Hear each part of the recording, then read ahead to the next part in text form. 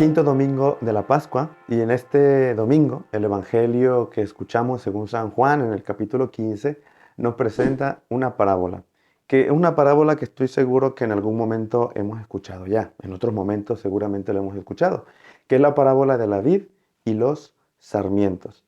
No es para nada que una sorpresa o una novedad o algo extraño que se nos presente esta parábola en medio del tiempo pascual.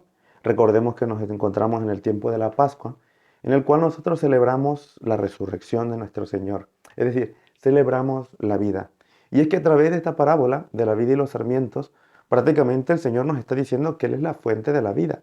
Si nosotros no estamos con el Señor, si nosotros no permanecemos en el que es la vid, que es la fuente de la vida, pues al final vamos a terminar secos, vamos a morir. Él lo dice expresamente en el Evangelio. Sin mí nada pueden hacer. Eso es lo que nos dice en el Evangelio. Expresamente nos dice, yo soy la vid, ustedes son los sarmientos, el que permanece en mí y yo en ustedes, ese va a dar mucho fruto. Sin mí nada pueden hacer. Sin embargo, dice el Señor en la parábola, el que no permanece, el que se aparta del que es la vida, el que se aparta del que es la fuente, va a terminar como el sarmiento.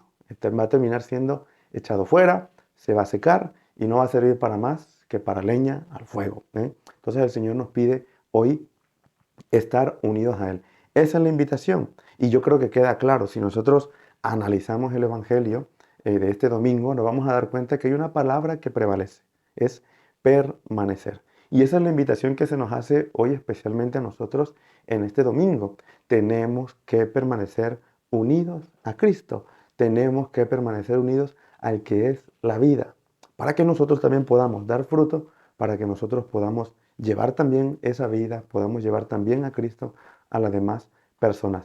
Ahora, me gustaría compartir con ustedes un par de cosas que nos pueden servir sobre todo para destacar aquí o aprender la enseñanza, la reflexión para este domingo. En primer lugar, un poco el contexto y luego ver también, preguntarnos por qué el Señor utiliza esta imagen de la parábola de la vid y los sarmientos. Esto veremos cómo esta reflexión nos llevará también a poder rescatar algo para nuestra vida personal. En primer lugar, el contexto. Tengamos en cuenta que este es el capítulo número 15 según San Juan. Son momentos previos a la pasión de nuestro Señor, momentos previos a la cruz. El Señor se encuentra reunido en torno a la mesa con sus apóstoles en la última cena.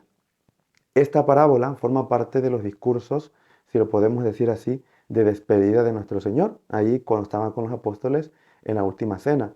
El Señor anuncia la traición de Judas, el Señor anuncia que le van a negar también las negaciones de Pedro, y en medio de todo eso les narra esta parábola, les cuenta esta parábola, les dice, yo soy la vid y los sarmientos, y les invita, yo soy la vid y ustedes los sarmientos, y les invita a permanecer en él.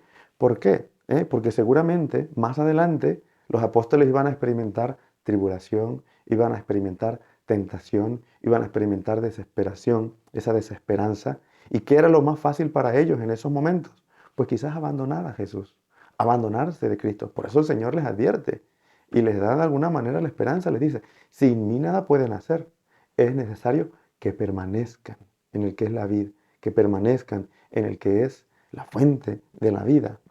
Eso por un lado. El Señor les anuncia, les dice esta parábola porque sabe lo que viene más adelante. Es como una preparación, sí, se despide, pero también son unos ánimos, ¿no? Para decir, si ustedes permanecen en mí, van a dar mucho fruto. Si no permanecen en mí, pues bueno, serán apartados. Eso por el lado del contexto. Por otro lado, también preguntémonos, ¿por qué el Señor utiliza la imagen de la vid y los sarmientos? No es la primera vez que nosotros encontramos esta imagen. De hecho, si nosotros vamos al Antiguo Testamento, precisamente en el Salmo 80 y en Isaías 5, nos vamos a dar cuenta que ya se utilizaba la imagen de la viña para referirse sobre todo al pueblo de Israel. Se habla de la viña en los Salmos y en Isaías, pero para hablar sobre todo al pueblo de Israel.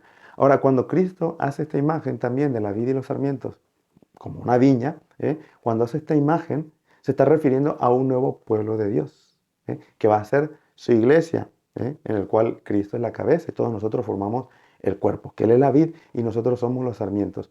¿Cuál es la diferencia entonces en que Cristo lo diga? Que ahora ya no se trata de una pertenencia a un pueblo, ya no se trata ahora de formar parte de, ahora se trata de una permanencia, no pertenencia, permanecer en Cristo.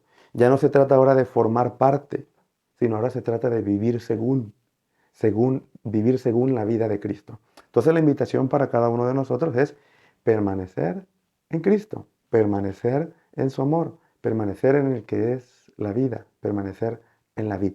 Y que nosotros somos los sarmientos. Y en la medida en la que estemos más unidos a Él, pues nosotros daremos fruto en nuestra vida.